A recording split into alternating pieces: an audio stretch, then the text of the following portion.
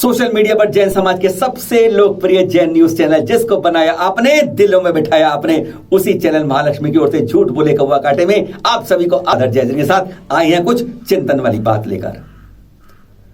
कुछ समय रुककर ऐसी बात आ जाती है जो हमें कहते हैं श्रावक से लेकर संत तक चतुर्वेद संघ को चिंतन में डाल देती है। ऐसा ही हो रहा है अब राजस्थान में जोधपुर से। बुधवार दिन दहाड़े कुछ होता है, बृहस्पतिवार को पूरा पर्दा बदल जाता है, एक कथानक नया आ जाता है और सारी बात चिंतन पर शुरू हो जाती है। किस दिशा में जा रहे हैं हम? कहते हैं श्रावक ही बिगड़ रहे हैं। कहां संतों की चाल हमें किधर ले जा रही है? जो हमारी कहते हैं हमारी इस जैन संघ के, इस धर्म के मसीहा कहे जाते हैं, अग्रणी कहे जाते हैं, पूजनीय किए जाते हैं, वंदनीय कहे जाते हैं। जब उनका रास्ता बदलने लगता है तब हमें सचमुच अपने ऊपर, अपने अंदर झांकने की कोशिश करनी होती है। सुनिए आज की यह कथा जो सचमुच हम सबको हैरान करने वाली। और अब बात जो होती है वह चौंकाने वाली है। एक जैन साध्वी का अपहरण हो जाता है। घटना चौंकती है। हमने कहा है पहले ही, बुधवार की बात है, परसों की बात है, 11 अगस्त की बात है, दिन दहाड़े दोपहर की बात है, लगभग 11:30 बजे थे। जोधपुर में बड़ा मंदिर है, महामंदिर जो आप देख रहे हैं, इसी के पास है प्रथम पोल के अंदर जैन स्थानक। वहां पर है 21 वर्षीय जैन साध्वी जी अनुया जी, महासती अनुया जी, जिन्होंने 13 वर्ष की उम्र में ही दीक्षा ले ली थी।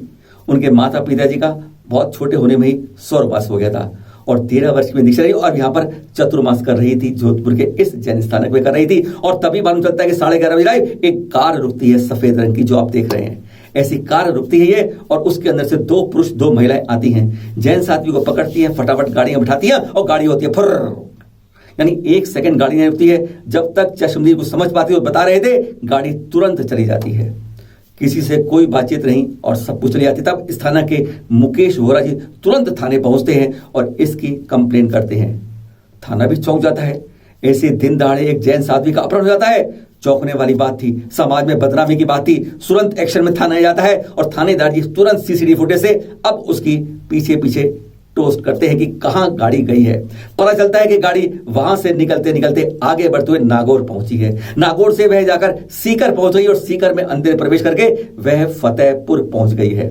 फतेहपुर थाने को सूचना दी जाती है। फतेहपुर थाना हरकत में आता है और वहां पर वह गाड़ी बरामद कर ली जाती है। साथ में 2 पुरुष और 1 महिला के साथ जैन साध्वी मिल जाती हैं।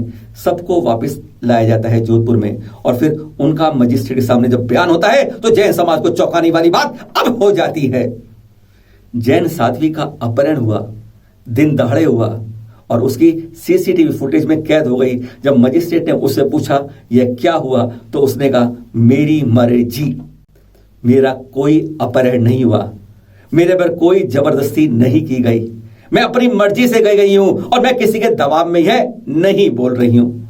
मजिस्ट्रेट महोदय ने खुलासा किया, बताओ क्या खास बात है, क्यों ऐसा हुआ? तो उसने बताया मैं इनके संपर्क में बहुत पहले से थी।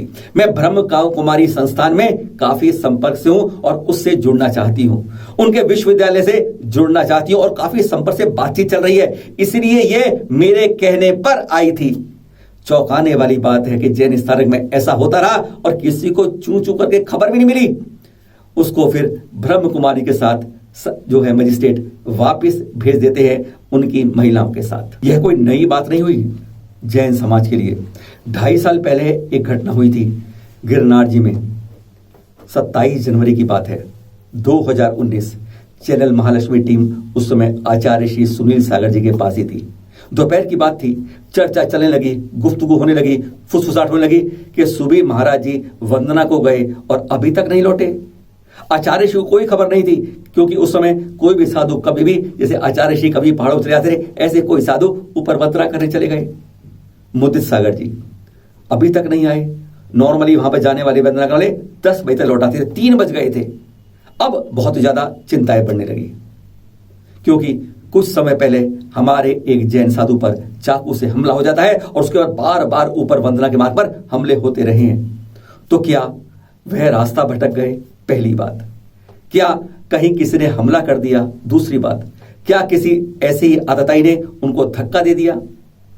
कई अटकलें लग रही थी, पर क्या है, अब वहां पर थाना में भी हड़कंप मच गया क्योंकि फिर एक जैन साधु पर बात आ रही है, कहीं पूरे बोए बदनामी ना हो जाए। पूरे पहाड़ को खंगाला जाने लगा।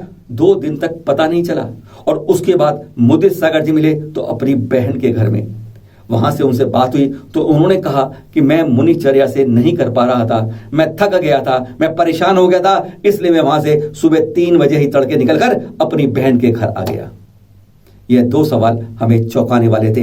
यही नहीं है, ऐसी परंपरा चलती रहती है। अभी गिरनार जी विराजमान मुनि नयन सागर, उन्होंने दीक्षा ली थी, उनके गुरु भी मुनि थे, आचार्य थे, वह भी आज की तारीख में गृहस्थ बन चुके हैं। क्या हो रहा है ये जय समाज के लिए? आज हम यही सवाल लेके आए हैं झूठ बोले कौवा काटे के अंदर।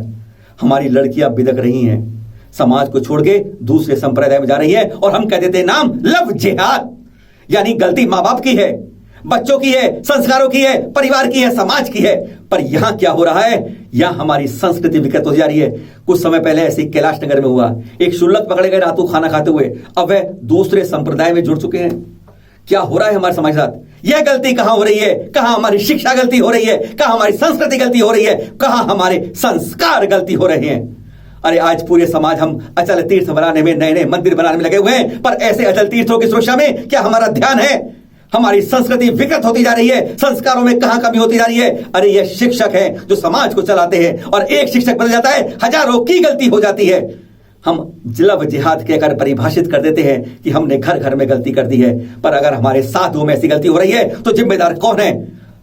चल तीर्थ बनाने की जिम्मेदारी पहले रखो। अचल तीर्थ तो बनते रहेंगे, पहले चल तीर्थों की सुरक्षा करनी है। आज का चिंतन सिर्फ समाज के लिए यही लेकर फिर मिलेंगे नए एपिसोड में आपके साथ। सादर जय जिनेंद्र।